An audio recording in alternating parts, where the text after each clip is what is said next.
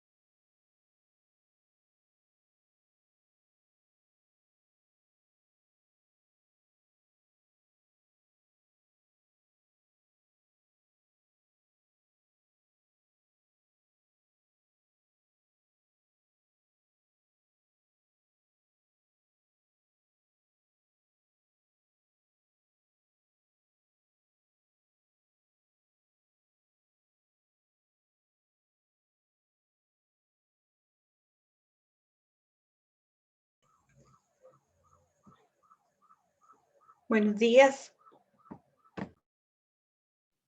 Buenos días, ¿qué tal? Buenos ¿Cómo? días. Buenos días, Manuel, ¿qué tal? Bien. Doctora Adriana, buenos días, ¿qué más? Muchas gracias por estar acá. Con todo gusto, doctor.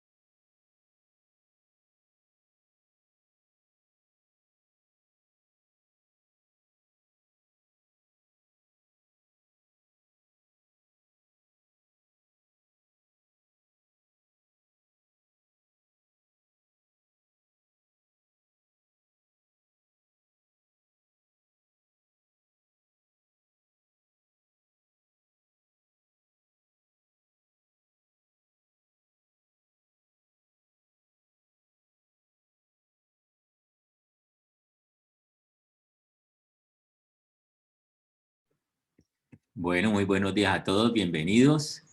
Entonces, hoy el doctor Manuel va a hacer la revisión del artículo del grupo del doctor Alan de Londres sobre aberrometría piramidal en láser miopico guiado por frente de onda. Doctor Manuel, adelante, gracias.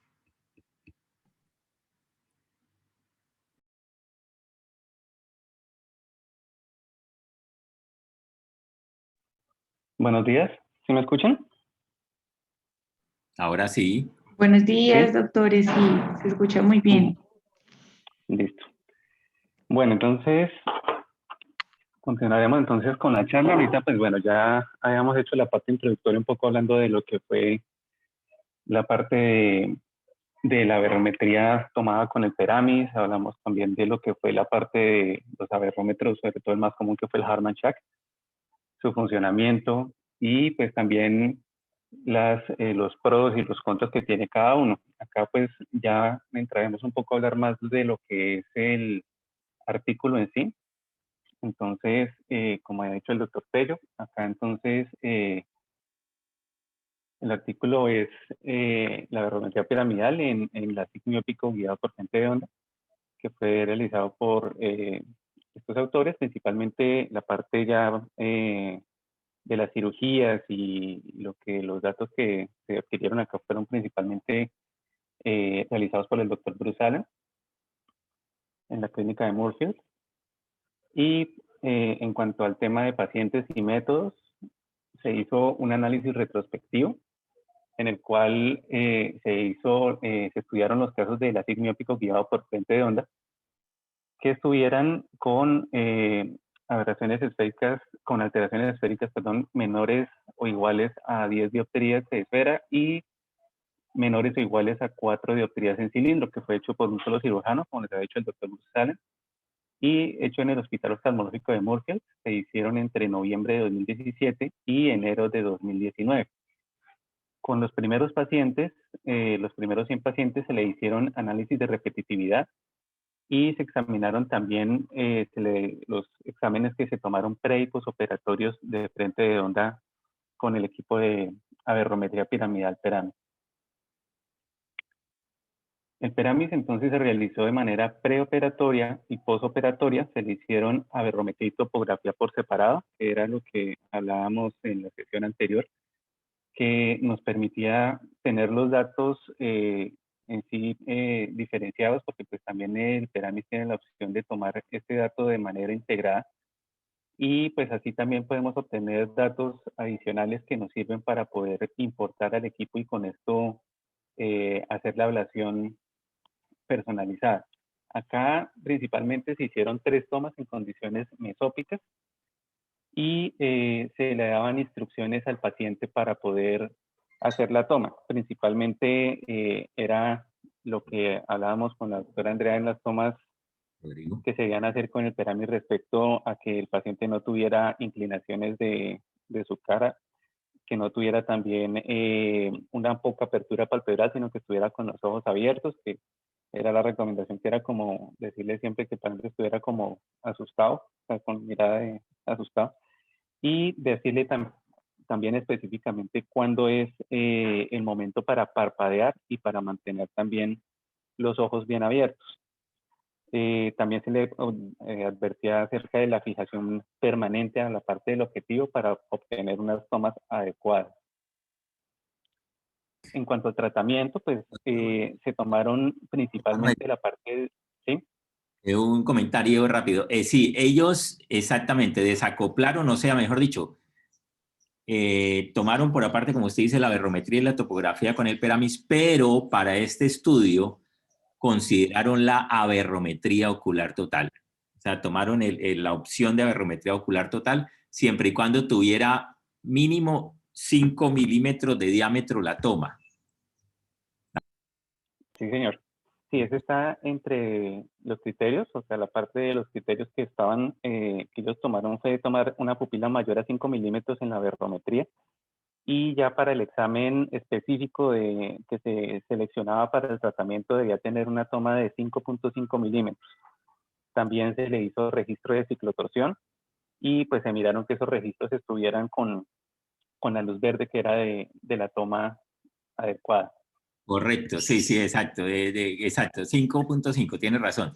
Entonces, sí, lo curioso es que ellos, ese tipo de manejo, como vamos a ver, lo aplicaron a todos los pacientes, o sea, le hicieron aberrometría ocular a todos los pacientes que iban a operar y a los que tenían, que cumplían con 5 milímetros por lo menos en todas las tomas con la aberrometría y 5.5 en alguna de ellas para poder programar, le hicieron la ablación personalizada guiada con los datos de la esfera y el cilindro y las aberraciones que decía el sistema. Como usted va a decir, le hicieron un ajuste a la esfera, pero es lo llamativo, que lo aplicaron a un grupo grandísimo de pacientes. Bueno, ahí vamos comentando a medida que vaya usted hablando. Sí, señor. Sí, ahí entonces, pues cabe notar que, pues sí, o sea, una de las cosas es que el estudio es retrospectivo, como les comentaba. De ahí de todo ese análisis entre noviembre de 2017 hasta agosto de 2019, salieron 265 pacientes y esos fueron los que cumplieron esos criterios en específico.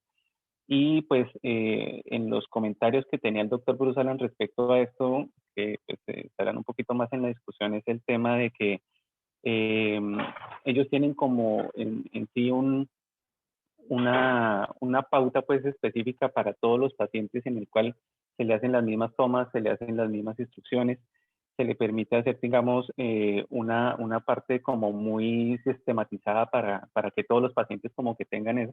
Y pues en casos como este, que se quieran hacer estudios retrospectivos, pues se tenga un gran número, un número adecuado pues de pacientes que se puedan analizar. O sea, digamos que en esta parte hay una parte muy específica de que ellos sistematizan mucho esto y es una cosa de las que recalcan respecto al tema de los estudios, porque pues hay una dificultad que se presenta también en analizar a veces los estudios, y es que a veces hay pacientes que se toman de una manera, hay pacientes que se toman de otra, y al momento de buscar un patrón que tuviera la posibilidad de analizarse, pues la población puede ser muy pequeña o no puede ser comparable. Entonces, son cosas que discutiremos más adelante. Continuando con esto, entonces, en el tratamiento también se le hizo una zona óptica que fuera de 6.5 milímetros. Y como decía el doctor Tello, también el doctor Alan tiene un ajuste que le hace principalmente a la esfera con unos nomogramas. Pues él tiene esto detallado en un artículo de la bibliografía que él tiene, en el cual hace un análisis de regresión múltiple, en el cual desarrolló un nomograma para la parte de lo que es la aberrometría guiada por frente de onda, sobre todo para la TIC miópica. Y ya en cuanto al tema de los aparatos con los cuales se realizaron, entonces el FLAP se realizó con el equipo Intralay, y ya lo que es la ablación personalizada y donde se importaron los datos de la parte de la aberrometría, se hicieron principalmente con el Excimer Schwinn-Amaris 1050.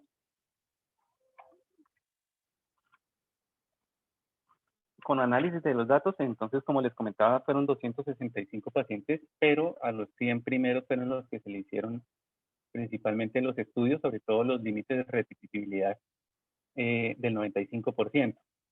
Esto pues también debía cumplir el tema de que la pupila pues tuviera un diámetro mínimo de 5 milímetros, con lo cual pues nos da un poco más de estabilidad, porque pues sabemos que si tiene una pupila de menor tamaño pues las aberraciones van a ser menores y pues pueden dar datos también que se empiecen a desfasar.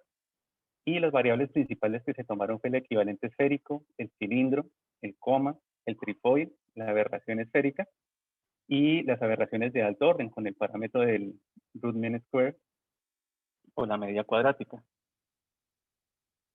Acá pues bueno, para entender un poquito mejor lo que nos van a dar unas tablas aquí adelante, que son como las conclusiones en sí principales del artículo, es importante hablar un poco de lo que es el límite de repetitividad. El límite de repetitividad está definido como una estimación de la diferencia máxima que se pueden obtener entre dos mediciones hechas al azar sobre un mismo sujeto.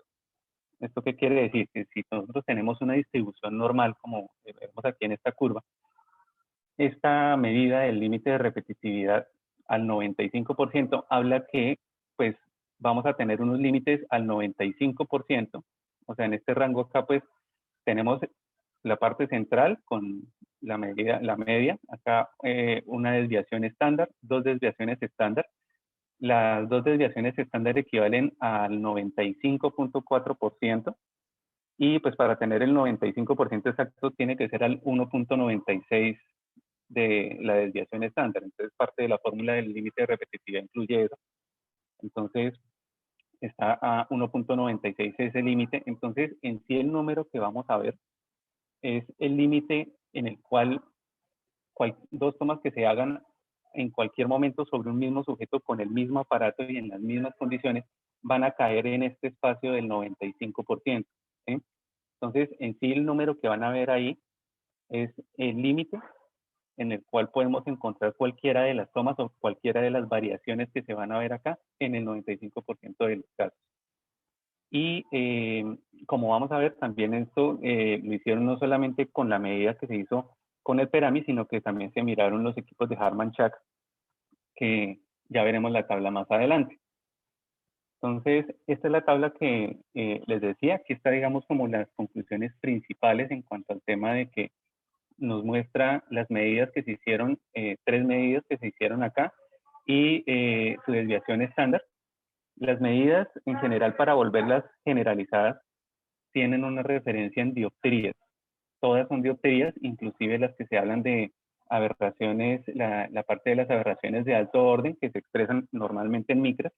Se le hizo una extrapolación para poder pasar esa medida también a dioptrías. Y el dato que vemos acá, todas son dioptrías.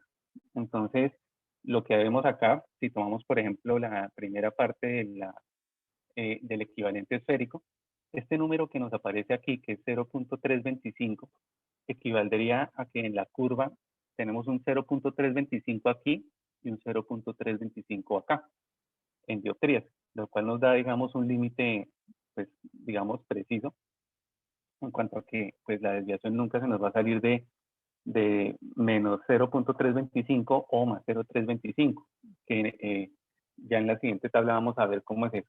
Ya mirando los otros parámetros, entonces encontramos también que pues son desviaciones muy pequeñas y que nos dan límites en los cuales pues la precisión es muy adecuada y es alta. Y acá lo que se hicieron también son revisar los resultados posoperatorios para pues ver también qué tipo de variaciones se tenían, y pues acá pues si revisamos también los datos que se pueden comparar entre el número que sale aquí y el número que sale acá, no nos da tampoco una diferencia significativa en cuanto a la variación que se puede tener entre las tomas, pero sí nos habla de que son datos que cumplen con una precisión y una adecuada toma, que nos habla que el equipo Peramis pues puede llegar a tener una adecuada detalle en el captar estos distintos tipos de alteraciones que se pueden tener en el equivalente esférico, el cilindro, el coma y las otras aberraciones que se encontraban. La otra parte, digamos, que vemos en cuanto a la comparación, señor. Démosle para atrás, perdón. Sí, exacto. Usted lo explicó ahí bastante bien. Digamos, para resumir, ellos en esta tabla lo que hacen, como dijo Manuel, es evaluar la repetibilidad del Peramis. Entonces le hicieron las 3 tomas tanto en el pre con la aberrometría, tanto en el pre como en el post. Como sabemos, pues el aberrómetro mide tanto las aberraciones de bajo orden, que son la esfera y el cilindro, como las aberraciones de alto orden, que son el coma, el trifoide, la aberración esférica y un dato total de las aberraciones de alto orden. Y entonces, de esas 3 tomas independientes, evaluaron, como explicó Manuel, el límite del 95% de repetibilidad. ¿Qué quiere decir eso? Que haciendo 2 tomas en un 95% de posibilidad cae dentro de ese rango de diferencia, que fue lo que explicó Emanuel con las 2 desviaciones estándar.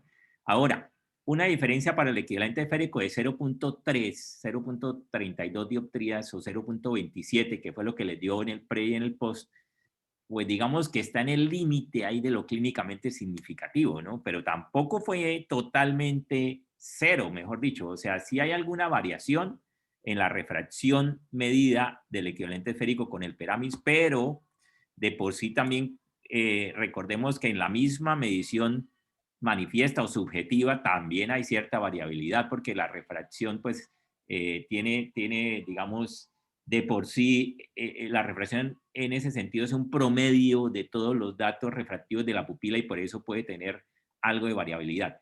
Pero digamos que es tolerable tener una variación de 0,27, 0,32 en los datos de un equivalente esférico, pues digamos que se puede tolerar como aceptable, se puede tomar como aceptable. Y en cuanto al cilindro, fue un poco más preciso inclusive, que no alcanzó ni a tener 0,20 de diferencia en cuanto al límite del 95%. Y en cada una de las aberraciones de alto orden también la repetibilidad fue muy buena porque en dioptrías equivalentes, como explicó Manuel, se convirtió a dioptrías equivalentes, fue menor de 0,1, con excepción de las totales abajo en las posoperatorias totales, que sí fue un poquitico superior a 0,1, pero 0,1 dioptrías también se puede considerar como un límite aceptable para la repetibilidad de una medida aberrométrica. Entonces, en conclusión, el Peramis sí tiene buena repetibilidad para medir tanto las aberraciones de bajo orden, o sea, esfera y cilindro, como las aberraciones de alto orden, tanto en un ojo sin operar como en un ojo operado. Sí, señor.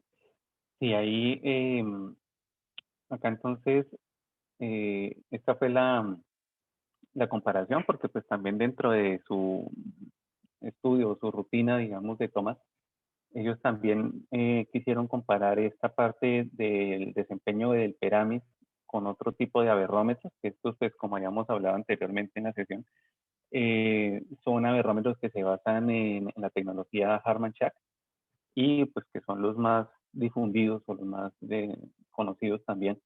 Entonces, acá lo que también se quería era ver qué tan comparables son los resultados que se tomaron. Acá, pues si se fijan, bueno, acá lo que hicieron fue redondear a 2 dígitos el parámetro de los preoperatorios. Entonces, acá este 0,33 equivale al 0,325 del otro, pero entonces acá también sacaron los mismos parámetros para el aberrómetro iDesign y para el C-Wave, que el iDesign es el de Johnson & Johnson y C-Wave es el de Bausch & Lomb. Y acá lo que vemos es que en general, si comparamos números de estos, los números que saca hacia la parte del Peramis, pues son muy comparables, inclusive están muchos por debajo también en cuanto al tema de mayor precisión. Pero siempre, digamos, en esta parte de la conclusión en general respecto, digamos, a estos datos, era que los datos siempre son tomados con Peramis, son comparables con la parte de lo que toman en este momento la parte de los aberrómetros Harman-Chack, y que en esta parte también es importante tener en cuenta que son equipos, sobre todo el Peramis, que por lo nuevo, el punto de referencia pues viene siendo los aberrómetros que se tienen en la actualidad, ¿no? Que son los que más se usan y también con los que se han venido haciendo extrapolando los datos para hacer las evaluaciones personalizadas. Entonces, en esta tabla es la que nos resume un poco el resultado de eso. Acá, bueno, para los que les interesa, está la fórmula con la cual hicieron la conversión de las micras a dioptrías en cuanto al tema de las aberraciones las aberraciones esféricas. Entonces, por eso los datos siempre, todos lo que están mostrando acá siempre es en dioptrías, que eso pues, ya ahorita en la discusión veremos que ese es un problema también cuando se van a comparar otros estudios. Manuel, un comentario rápido. Bueno, sí, esa tablita es comparando, la anterior es comparando los datos que acabamos de ver que ellos hicieron de la repetibilidad del Peramis con la repetibilidad de otros equipos hechos por otros investigadores que han publicado esos resultados. O sea, no es que a estos pacientes les hicieron además aberrometría con los Harman-Chack, sino que se han publicado esos resultados de la repetibilidad de la aberrometría Harman-Chack. Correcto. Y la conversión a dioptrías equivalentes, para complicar más la cosa, hay otra unidad que son las dioptrías a secas, mejor dicho. O sea que Pero entonces digamos que hay tres unidades. Están las micras, están las dioptrías equivalentes y están las dioptrías solas. Entonces digamos que estas son dioptrías equivalentes. Que entonces siempre que uno vaya a leer aberrometría tiene que ver qué unidad están utilizando para poder tratar de hacer comparaciones.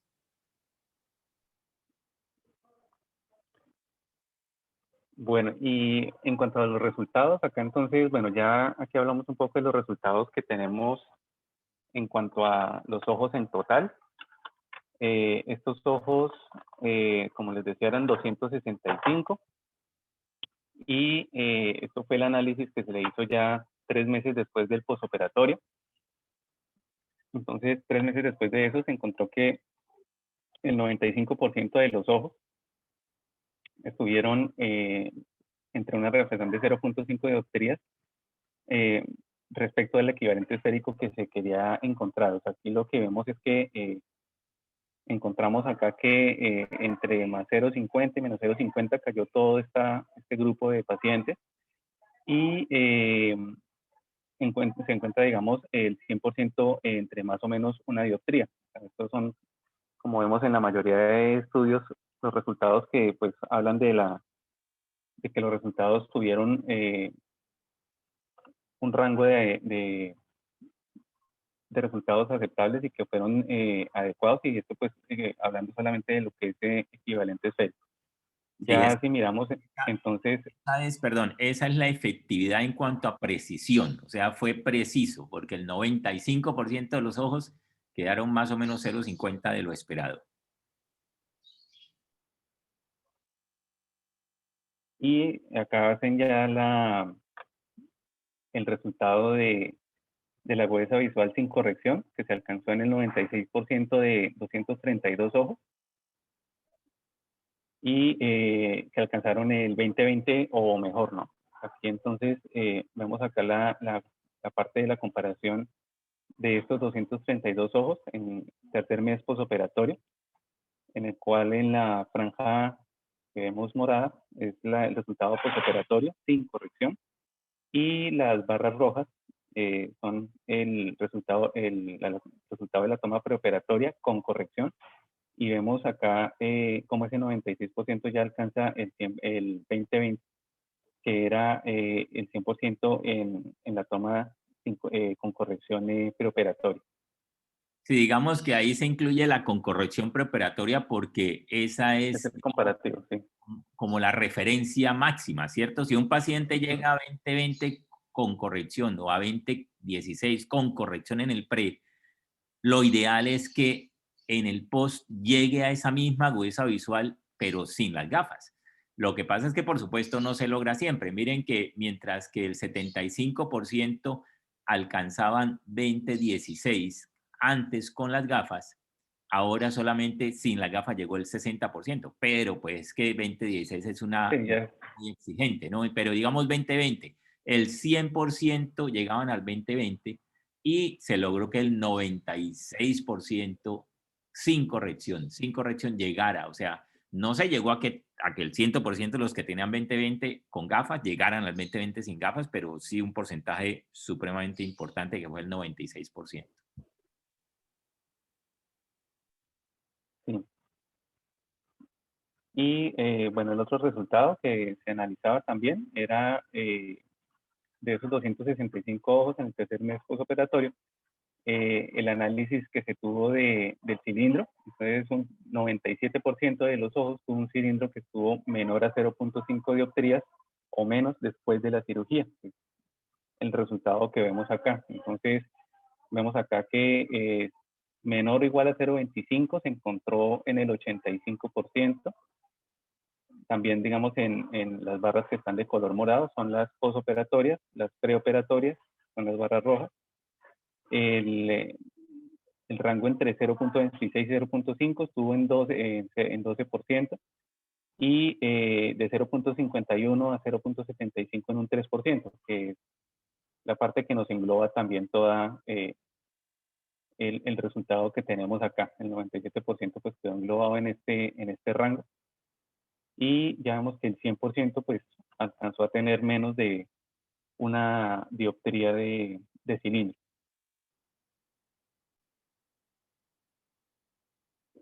Y pues analizando pues el otro parámetro de efectividad es el tema de las pérdidas de visión que se tuvieron. Entonces, ningún ojo tuvo pérdidas de visión mayor a una línea de visión comparado con la agudeza visual lejana con corrección preoperatoria en los 265 ojos al tercer mes posoperatorio. Entonces, lo que vemos acá es la variación. Acá en el centro, pues vemos los que no tuvieron ningún cambio, que fue el 61%. Vemos los que tuvieron una pérdida de una línea, que fue el 4%, y los que ganaron una línea de visión, que fue el 24%. Los que ganaron 2 o más líneas, que fue el 1%, y la parte de lo que se engloba acá en que ninguno se salió de una pérdida que estuviera mayor a esta línea de visión. Y bueno, ya hablando de la parte de la discusión. Bueno, un momentico, Manuel, qué pena, démosle para atrás. Entonces, los resultados anteriores del equivalente esférico, del astigmatismo y de la agudeza visual evalúan la eficacia del procedimiento. Pero aquí evaluamos la seguridad. ¿Cómo se evalúa la seguridad? Si un paciente llegaba al 20/20 con las gafas, puede ser que digamos, si la cirugía fue perfecta, ¿cierto? Y logramos todo lo que queríamos, ese paciente va a llegar al 20/20 sin las gafas. O sea, que llega al 20/20, o sea, la máxima visión sin las gafas y además no perdió ninguna línea de visión. Inclusive puede darse el caso que el paciente llegara al 20/20 con las gafas antes y después de cirugía resulta que está viendo sin gafas 20/16 o 20/15, que en ese sentido ganó una línea de visión, ¿cierto? Pero también esa es la ganancia de una línea. La mayoría, como está demostrado, no varía la agudeza visual con corrección. ¿Qué quiere decir eso en cuanto a seguridad? Que un paciente tenía 20/20 con las gafas, tenía -4 y resulta que le quedó una dioptría o 0,75 de miopía. Entonces, de todos modos, la agudeza visual no va a ser 20/20, va a ser 20/40, por decir algo. O sea que en cuanto a la eficacia, la cirugía no estuvo perfecta, pero si le ponemos el -0,75 que le quedó de residual y llega al 20/20, pues fue segura, porque no perdió ninguna línea con corrección. Llegaba al 20/20 con gafas y después de cirugía, aunque no se le corrigió todo, se le ponen sus gafas y llega al 20/20. Entonces, eso es la seguridad. La FDA, desde principios de que se comenzó a usar el LASIK, puso como parámetro que en una cirugía refractiva, y por eso se ha trasladado a todo procedimiento refractivo. ¿Qué quiere decir procedimiento refractivo? Aquel en el cual el propósito es eliminar el uso de ayudas ópticas, o sea, de gafas o lentes de contacto, y que significa que el paciente no tiene obligatoriamente que hacerse ese procedimiento. O sea, estos pacientes no se tienen que operar. No es como el de catarata que no ve. Este paciente sigue viendo con sus gafas y no es que lo tengamos obligatoriamente que operar. Entonces, ahí hay un límite de seguridad que indica desde esa época que menos del 5, mejor dicho, máximo el 5% de los ojos pueden perder hay una duda ahí en la definición, pero bueno, pongamos lo que pueden perder más de 2 líneas, máximo 5%. O sea, si uno hace el análisis de un grupo de ojos operados de, por ejemplo, hipermetropía alta y encuentra que más del 5% de los ojos están perdiendo más de 2 líneas, o sea, 3 líneas o más de visión corregida, significa que ese procedimiento no es seguro y no es, pues, no se puede continuar ese procedimiento. En este caso, de paso, en el texto hay un pequeño error porque dijeron que ninguno perdió ninguna línea, pero no es cierto. El 4% perdieron una línea, o sea, que eran pacientes que llegaban con gafas al 20/20 y en el posoperatorio llegan con gafas, aún corrigiéndole lo que les queda, al 20/25. O sea, perdieron una línea. Pero digamos que eso se tolera, aunque por supuesto ese porcentaje también le da una idea a uno de cómo está la seguridad del procedimiento. Si ese porcentaje fuera más del 5%, 8, 10, 15% de pérdida de una línea, uno también tiene que evaluar que algo está pasando. Aunque una línea se tolera y hasta 2 líneas, también depende del porcentaje de ojos que pierdan esa línea. Lo bueno es que ninguno de los ojos perdió 2 o más líneas de agudeza visual con corrección, o sea que realmente en cuanto a seguridad pues estuvo bien. Listo. Bueno, en cuanto a, también ellos hicieron una comparación también de lo que fue el tema de, hablando de del equivalente esférico, y compararlo con la refracción manifiesta. Ellos se dieron cuenta que había más o menos un 0.2 dioptrías que se iban más hacia la parte de la miopía respecto a entre la aberración tomada por el Peramis y, perdón, la evaluación tomada por el Peramis y la evaluación tomada también por por la refracción manifiesta. Entonces, hablan también de que hay una, o sea, eh, hay una respuesta también adecuada en cuanto a la parte de la precisión respecto, digamos, al examen de refracción manifiesta respecto a la toma que se hace con el aberrómetro Peramis. Entonces, eso nos muestra también que el tema de las tomas que hace y la seguridad que se tiene con los datos, pues es muy buena. Y pues bueno, ahí se hicieron, digamos, también la comparación respecto a la refracción manifiesta y respecto también a lo que se veía con otros aberrómetros. Y en general, pues lo que se concluyó fue que hay una buena repetitividad en esta medición con la aberrometría piramidal, que los resultados con el ASIG miópico guiado por frente de onda fueron eficaces, fueron seguros y mostraron una muy buena predictibilidad. Y también pues esta parte es como lo que decían mucho en el artículo, que la adquisición de datos debe ser, digamos, siempre muy sistemática, que debe tener siempre, se debería tener idealmente como un patrón como para todos los estudios relacionados con la aberrometría para hacerlos más uniformes y que esto pudiera tener la posibilidad de compararlos, porque como les decía el doctor Tello, existen, digamos, sobre todo con las medidas que se toman con la parte de la medición de aberraciones, mediciones en micras, mediciones en dioptrías y otras mediciones que en general a veces son difíciles de extrapolar y que pues se encuentra cierta dificultad al poderlos comparar.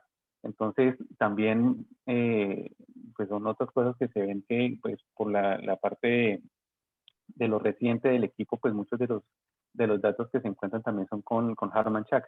Respecto, digamos, a estudios con aberrometría piramidal van arrancando, pero pues ya, digamos, estos estudios van dando pie a que, pues, a darle seguridad a que la parte de las tomas con el Peramis, en este momento, pues, faltan, digamos, como hacer estudios para ser más concretos en cuanto a la superioridad, pero ya, digamos, podemos partir de que la repetitividad, la seguridad y la eficacia tienen por lo menos una similitud con los equipos que se tienen ahorita y que pues nosotros veíamos también con lo que hablábamos en la charla anterior, que ya no se tienen esos errores de solapamiento o de cruce que puede llegar a tener el equipo Harman Chack y que pues nos puede dar mayor precisión respecto a las ablaciones que se requieran hacer personalizadas basadas en la aberrometría piramidal.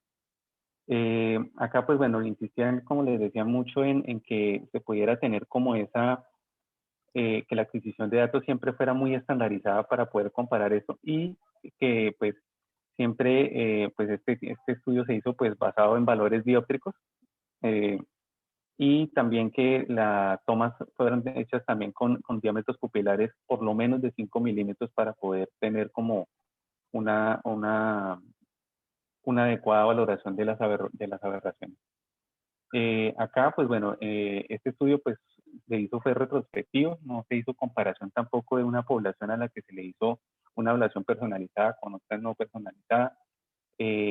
También es por eso que no se pueden dar como comentarios acerca de beneficios que haya respecto al tratamiento que se ha guiado por frente de onda respecto al convencional. Y esto también, pues lo que comentábamos, la parte de literatura relacionada con el tema de repetitividad es limitada. Entonces, por el tema de la variación metodológica, y pues vamos a ver que también no es que haya muchos artículos que tampoco saquen estos datos así, el límite de repetitividad también es un dato que pues se encuentra en algunos artículos, pero pero también no se ven todos y también las medidas que se toman respecto a uno u otro estudio pues pueden variar o son expresadas en distintas unidades. Entonces, esas son cosas que limitan un poco el poder llegar a conclusiones, digamos, un poco más avanzadas respecto a resultados. Pero, pues, en sí, como les decía, la conclusión principal es que sí tenemos una muy buen resultado respecto a lo que se logra con el equipo Peramis y que cumple con las expectativas que habíamos dicho anteriormente. Acá, pues, esta tecnología está ahorita, pues, en evolución.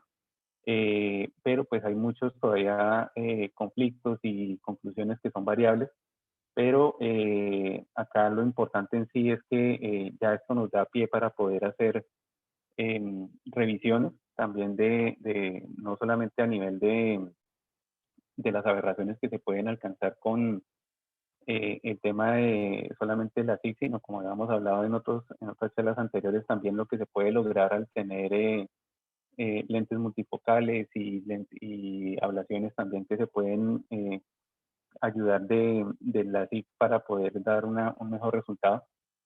Y pues en cuanto a esto, no se ven, digamos, muchas diferencias significativas entre el tratamiento estándar y el tratamiento que se hace por frente de onda, sobre todo cuando las aberraciones no alcanzan cierto límite. Acá pues siempre ponen el límite sobre todo en este rango que es el que sean, digamos, menores a 0.3 micras, tomando un mismo tamaño pupilar, que era lo que hablábamos acá de esos 5 milímetros, realmente da resultados muy similares, pero en aberraciones que estén mayores a este rango, sí nos pueden dar un resultado más óptimo y que pues va a estar relacionado un poco a que se tenga sobre todo mejor sensibilidad de contraste, una agudeza visual mejor y también esta parte de que los halos y los resplandores sean mucho menores. Bueno, eso es todo. Muchas gracias. Bueno, muchas gracias, Manuel. Pues bueno, esa es, digamos, la pregunta del millón.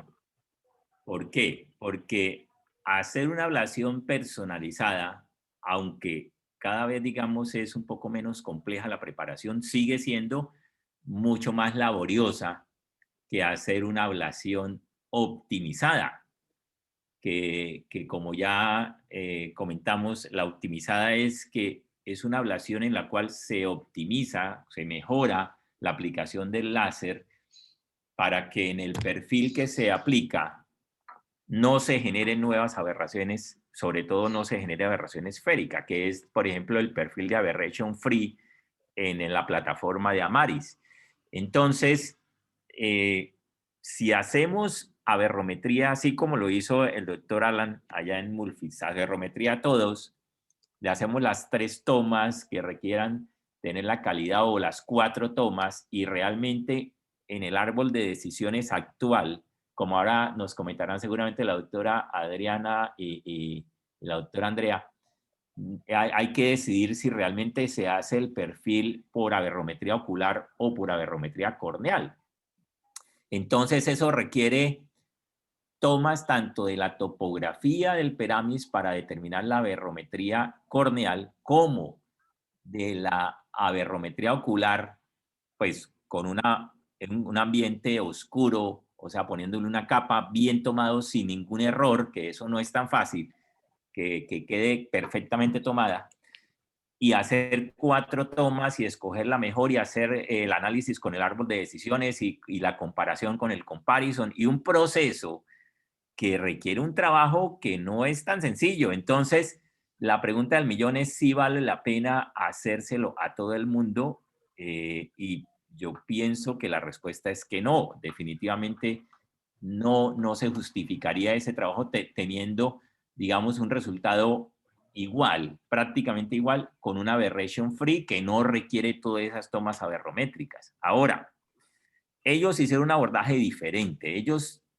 no se pusieron a hacer árbol de decisiones, sino que le hicieron a todos aberrometría ocular y a todos los que cumplían con 5.5 y tomas de buena calidad le hicieron la ablación basándose en esa aberrometría.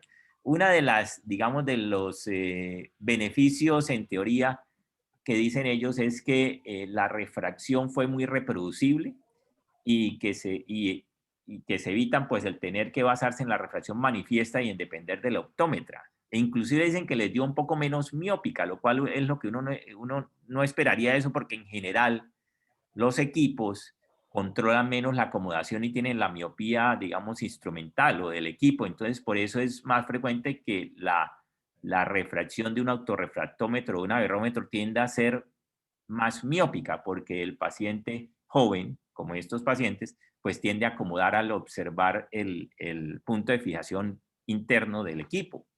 Pero bueno, aquí aparentemente no les dio más miópica, sino al revés, les dio un poquito menos miópica y le funcionó bien. Pero es un abordaje muy diferente al que hacemos nosotros. Nosotros lo que hacemos es que nos basamos 100% en la refracción subjetiva, digamos, de nuestros optómetras, que, como saben, pues se hace el control de la acomodación durante el subjetivo y se corrige con el menor negativo posible.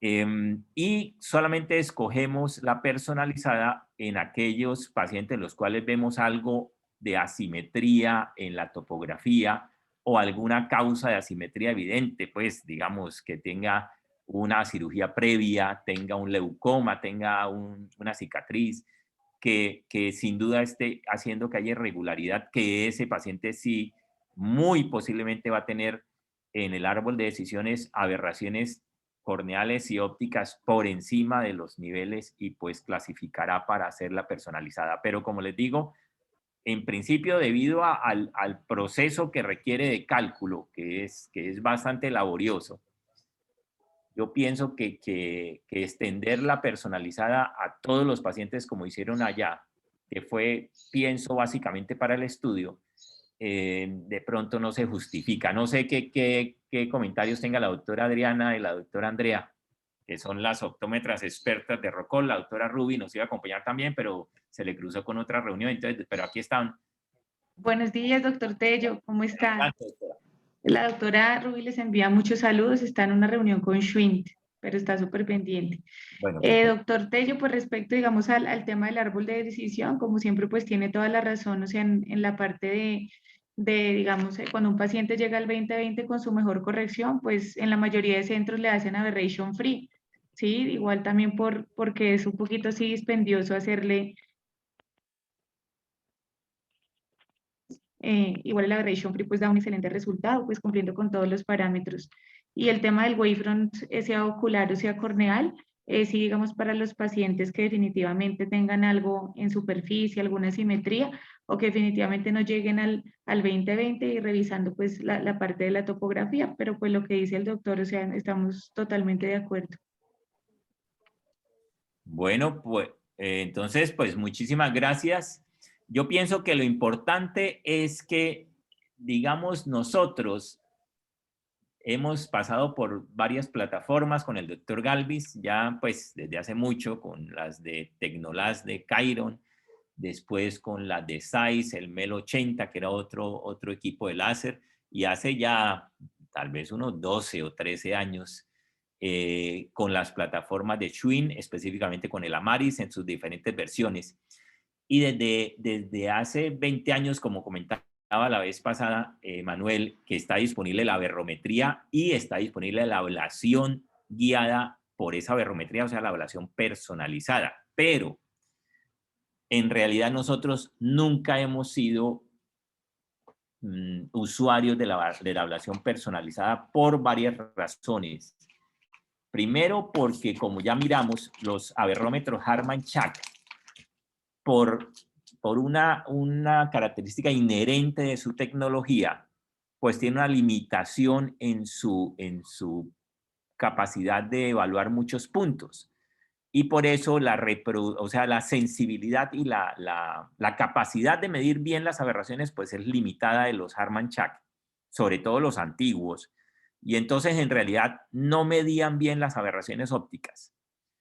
¿Qué pasa? Que no solamente estaba ese problema, que no se medían las aberraciones realmente como eran, sino que después uno tenía que tomar, o ¿qué se tiene que hacer una personalizada? Tomar ese mapa aberrométrico, que por supuesto debemos entender que cada posición en ese mapa es súper importante. No es como hacer un -2 esférico que el láser va a ablacionar ese -2 en forma de una ablación esférica que no pasa nada si el ojo se rota un poco, por decirlo así, para entender la cosa. En cambio, si es personalizada, por supuesto que si se rota el ojo, pues cambia todo porque le estamos haciendo la ablación en el punto preciso que no es. Entonces, ese era el otro problema, la otra limitante muy grande, que los averrómetros no eran de alta precisión. Y además, para poder hacer lo que midió el averrómetro y pasarlo al láser y hacerlo en la córnea, se necesitaban unos eye trackers y unas compensaciones de la ciclotorsión estática y dinámica muy precisas, porque si uno mide bien, pero acuesta al paciente y el paciente comienza a mover el ojo así a rotar, pues le hace una personalizada donde no es.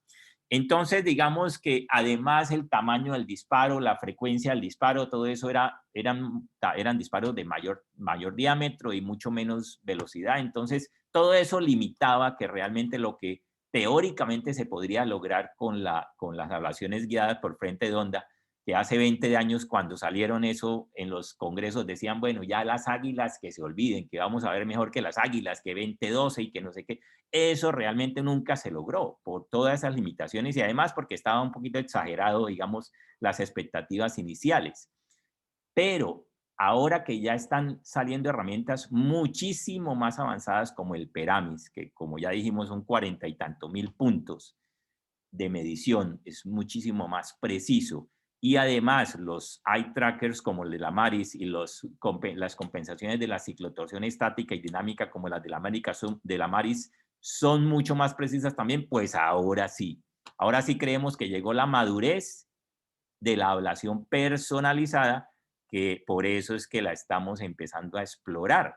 Pero por supuesto, lo dicho ya, como requiere tanto trabajo preoperatorio, tanto de exámenes, tanta evaluación, tanto análisis, pues debe hacerse donde de verdad se justifique, que es en el paciente que, de acuerdo al árbol de decisiones, veamos que se beneficie. Pero digamos que en principio, ¿qué se puede hacer? Lo que dice la doctora Adriana, si hay un paciente que no llega al 20-20, por supuesto que no tenga un cono, que no tenga una actasia, si no tiene una leve irregularidad en la córnea y no llega al 20-20 y vemos una topografía con una leve irregularidad, ese paciente puede ser candidato. Ahora, si hay otro que no llega al 20-20 y definitivamente tiene irregularidad porque lo operaron antes de un lásico o porque tuvo una herida, una cirugía, pues ese sin duda seguramente se va a beneficiar de la ablación personalizada. Entonces, la moraleja es que pensemos en la personalizada cuando veamos la primera vez al paciente. O sea, cuando el paciente viene a consulta por primera vez interesado en cirugía refractiva, exploremos si llega al 20-20 o no. Si no llega al 20-20, ya pensemos que podría ser,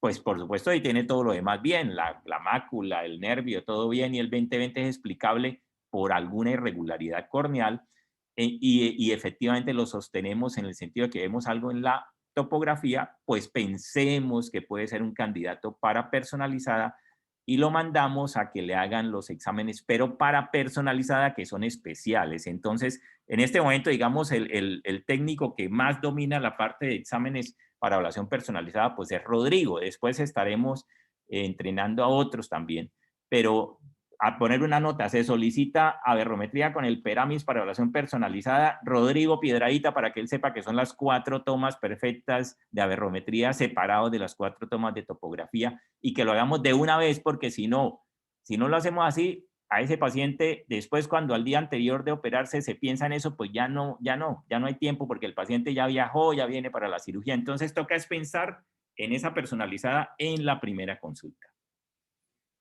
Bueno, pues entonces muchas gracias a todos y muchas gracias, doctor Manuel, muy bien, y estaremos pendientes. Muchas gracias, doctora Adriana y doctora Andrea, por acompañarnos. Doctor Tello, un gusto y Doctores. muchas gracias a ustedes por todo. Hasta luego a todos. Hasta luego. Hasta luego. Gracias. Feliz día. Gracias. Muchas gracias.